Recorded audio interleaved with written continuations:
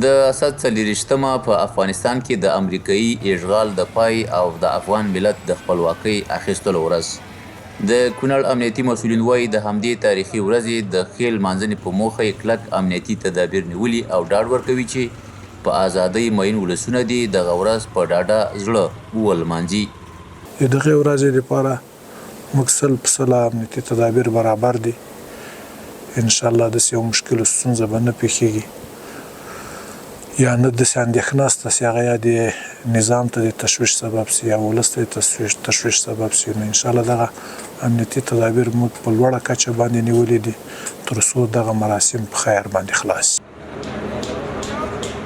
د کونړ امنیه قومندان دا هم وویل لکه څرنګه چې افغانانو د اسلامي امارت په چوکاټ کې 20 کلن امریکایي اشغال په ګونډو کړ، ولسونه دا مسؤلیت هم لري چې د خپل شرعي نظام د بقا او پایښت لپاره د هر دښمن مقابله وکړي.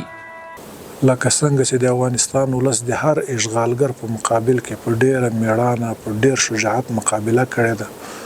مثلا انګریزان یې مات کړي دي، بیا له هغه نه وروسته روسان یې مات کړي دي، بیا امریکایان سره له متحدینو مات کړي. چې د هر اشغالګر په مقابل کې باید دغسې حساس واوسېږي لکه څنګه چې زموږ مخکینی تاریخ ته.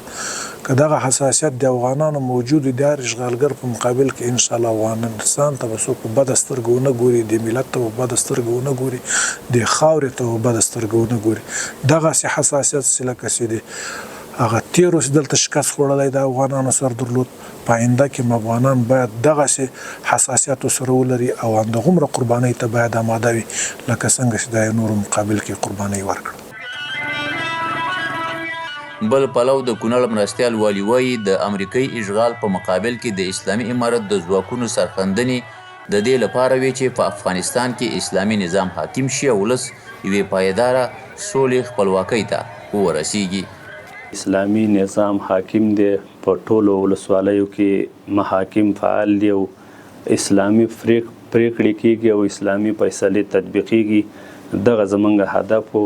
هغه نور پروژې ولایتي پرمختیاوي هغه هم الحمدلله جریان لري، خو اصلي هدف زموږ اسلامي نظام حاکمولو او هغه الحمدلله حاکم دی.